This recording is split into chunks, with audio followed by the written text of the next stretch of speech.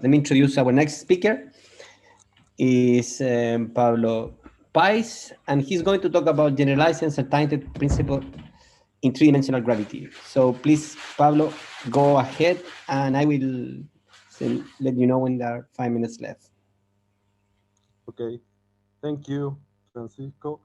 Let me thanks to the organizers and especially to Francisco for inviting me to this very nice conference, and also for giving me the opportunity to tell you about this work, which was made in collaboration with Alfredo Giorgio, who was a professor from Charles University, who was speaker in this session.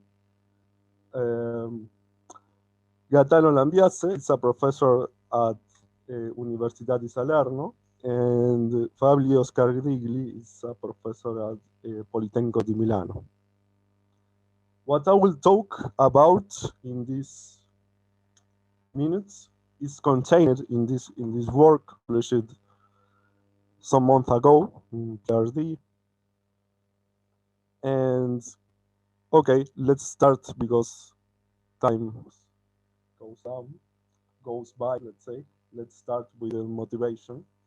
This research on possible modification of the Heisenberg principles has by now a long and well-established history. Let's say there are a lot of literature that propose an extension of the idea of the standard Heisenberg uncertainty principle.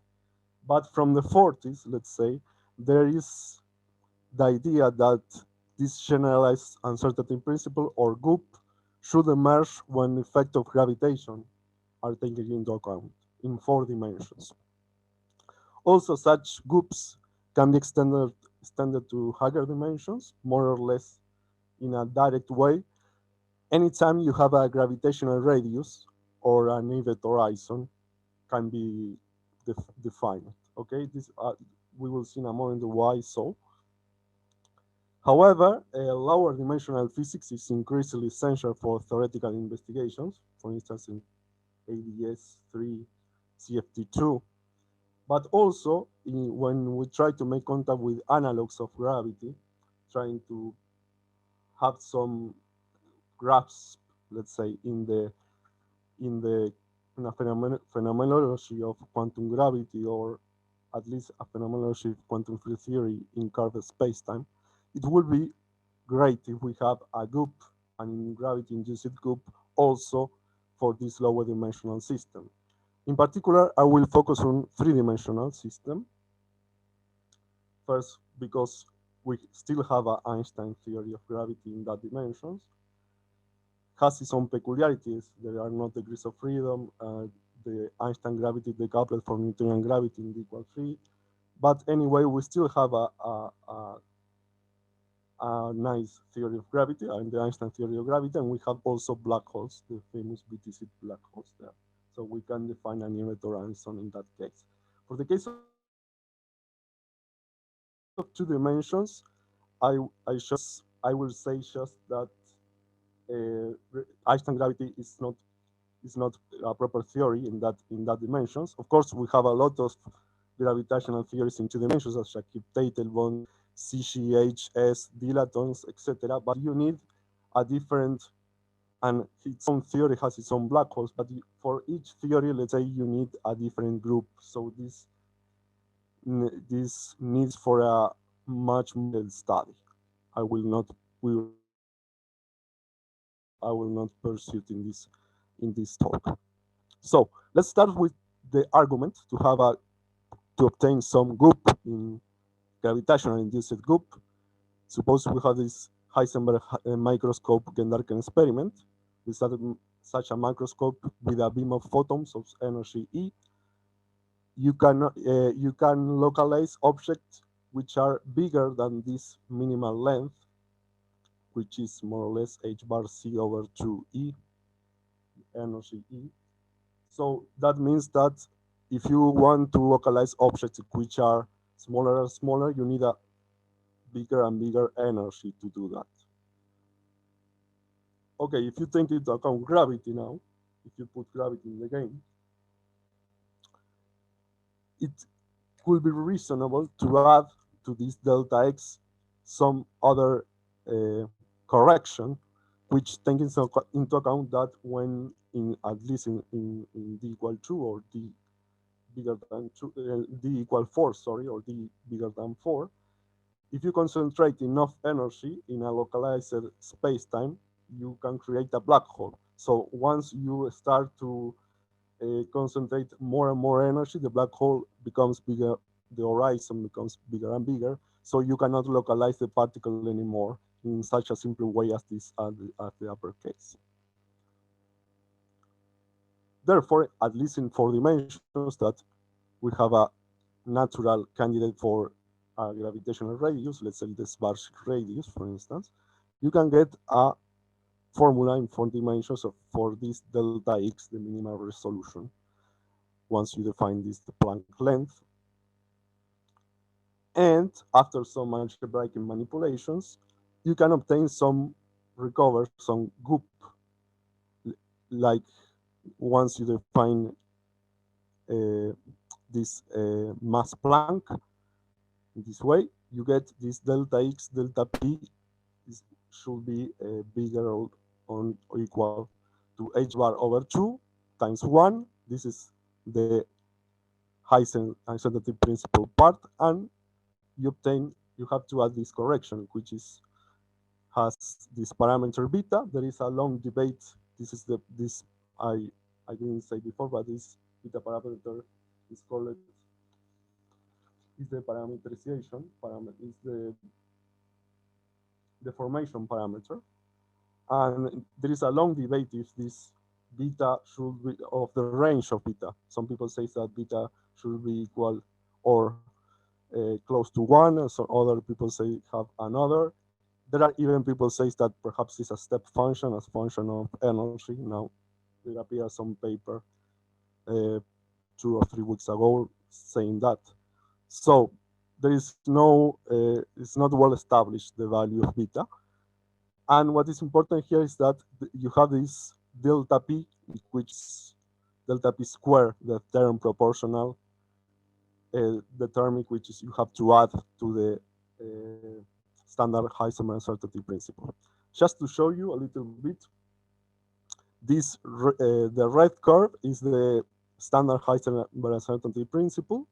This is plotted just for natural units, h bar, c, and g equal 1.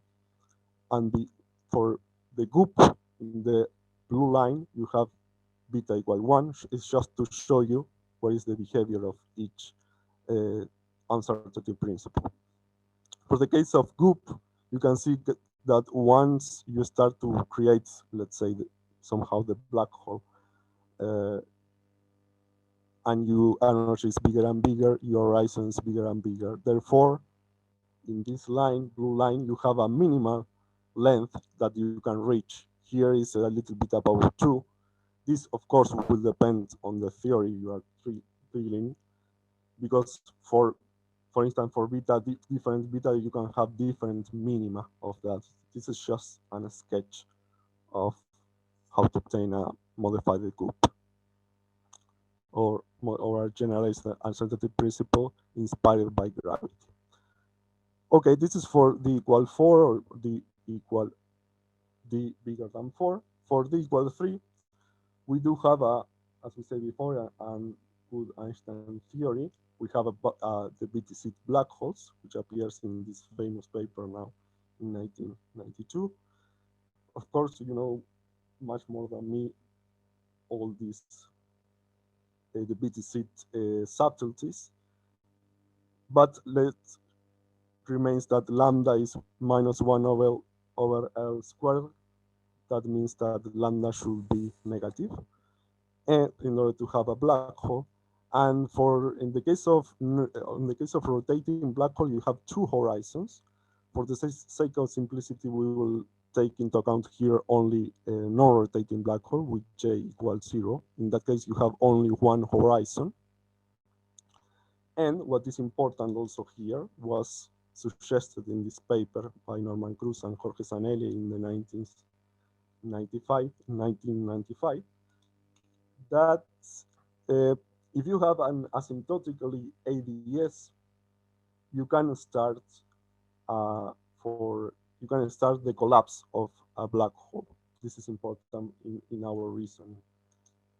And for the sake of simplicity, also we didn't take into account here integration constant which could appear, but roughly speaking, you can define the horizon or the gravitational radius in this case in this way, where now the dependence on E is the square root of E. And with the same reasoning before, you get the minimal resolution length in this way. So the main difference again is the square root of E, which will be the square root of M. So with the same algebraic manipulations, you get something like a delta X delta P, and defining the Planck mass in this case. You can see the details in the paper. You can obtain this delta X delta P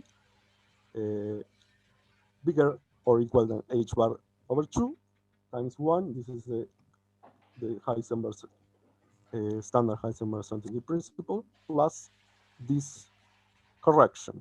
Well, the main difference, one of the main difference here is that the exponent of delta p is 3.5 instead of 2 in the case of 4 dimensional number. Okay, this is 5 minutes, Pablo. perfect. This is the main message of this talk. In the last 5 minutes, I will try to rush and try to put this in contact with a condensed matter analog. A very particular condensed matter analog is Dirac materials. There are a lot of Dirac materials. The graphene is a prototype, but there are many. And there are also called graphene line materials for that. And in this paper, this very nice paper by Alfredo and Gaetano in 2014, published in 2014, you can you can use this. Let's say it's explaining in detail how you can put graphene in contact with some curved spacetime. Sorry, quantum field theory in curved spacetime. In particular, they show that the metric of a non-rotating black hole is conformal to a spacetime which is an hyperbolic times r. This r is the time coordinate. I will not go into details here because yesterday Pablo's talk was the very nice Pablo's talk yesterday. Talked in details about this. We have this the hyperbolicity sphere of constant negative Gaussian curvature, which can be written in this way, -1 over a squared, with this u longitudinal coordinate and phi is the angle. You can define the radial coordinate for each u, and what is important here is that you have a radial maximal of the radius or radial coordinate which is maximal. These are what is called the Hilbert horizon. This is a theorem by Hilbert that a negative constant curvature cannot be embedded without an end in 3 dimensions. I mean, constant negative curvature have to stop somewhere when you embed it in a 3-dimensional space. The place or the locus when this surface stopped in the embedding are called the Hilbert horizon. In that case, is this Hilbert horizon. And also we have a minima of the radius, which is the parameter c. What we have in mind is this kind of surface. These are two Beltrame surfaces glue each other at the u coordinate 0. These two coordinates a are cos of square root of 1 plus a squared over c squared. This is one of the Hilbert horizon. Here we have the other one. In this case, we have 2 Hilbert horizons. And this is the zeta x, and this is the phi, let's say, is the angle for the surface of revolution, which is this case. Okay, So by setting by setting she h she over c squared equal 1, we can write the BTC and defining this by changing these variables, you get that the BTC is conformally to this dt, which is r times the dl, remember, is the line element of the hyperbolic surface. So with this with these parameters we define, we get, remember that rho of the function rho of u is should be c here, c cos of u over a. So in this case, c is L. Remember that L is related to the cosmological constant, and a should be L over square root of m, which of course means that, taking into account this equation, means that m is c squared over a squared.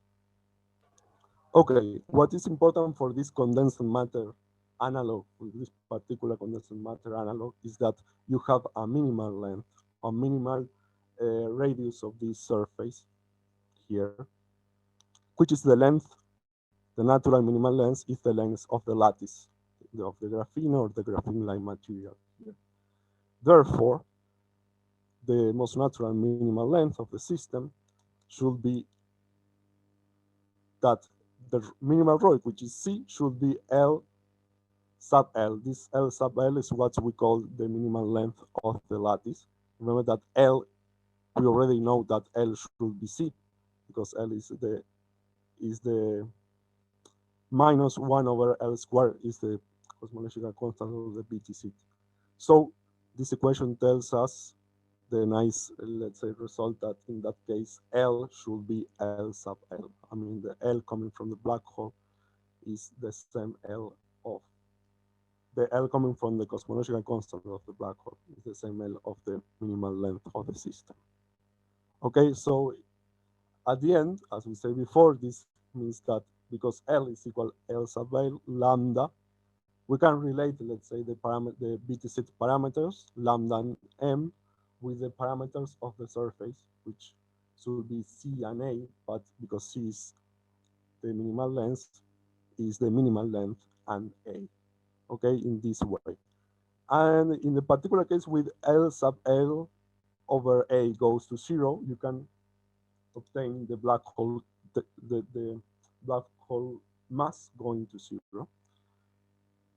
And for that particular case, it will be a natural candidate because of the resolution length. Remember, you cannot have a resolution length in this system smaller than the, the lattice length. For us, a good candidate could be the gravitational radius equal to L sub L. For this case of m goes to 0 in this condensed matter analog. So I take too many minutes, so I think I will stop here. So thank you very much for listening to me, and I will have to answer your questions anytime. So Thank you. thank you. Thanks, Pablo. Let's thanks, Pablo. Thank you very much. Any questions to Pablo? Alex, go ahead. Thanks for the talk. I have two short questions about the Sure. parameter beta that you mentioned in the beginning.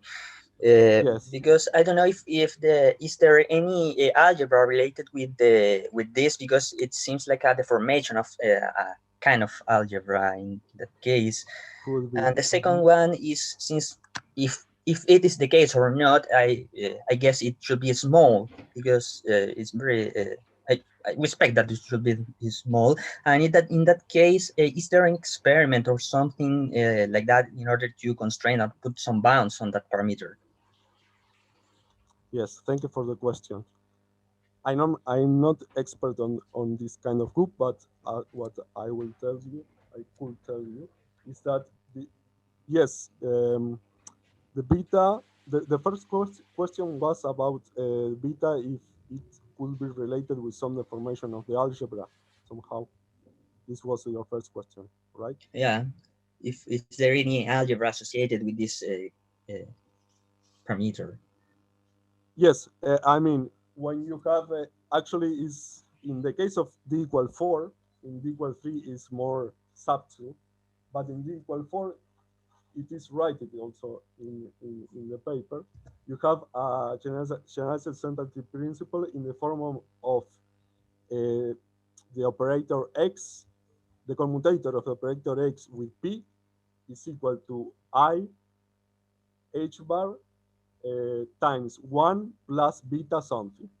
So Okay. you see there the let's say the Heisenberg algebra is the format. Right.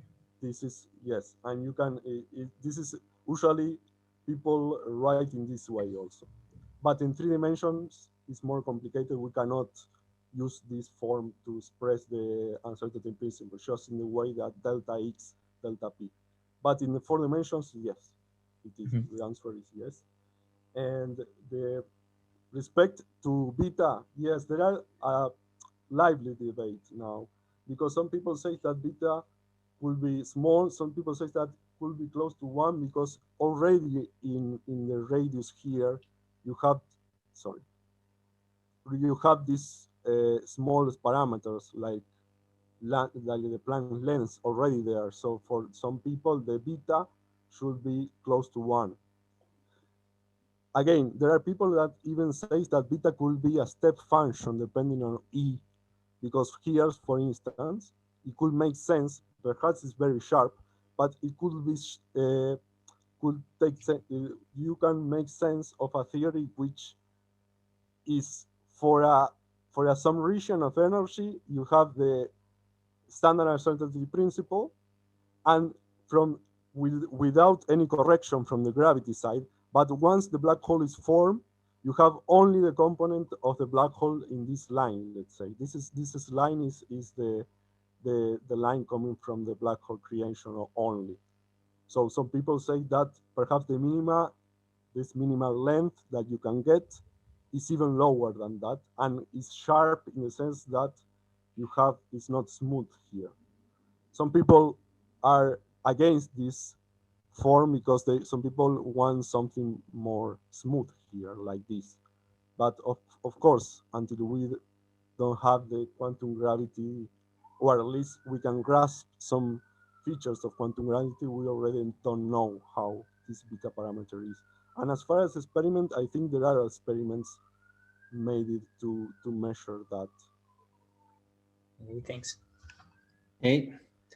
So if there are any extra questions, we can continue in after this session. So let's thanks Pablo again. Thank you very much. Thank you.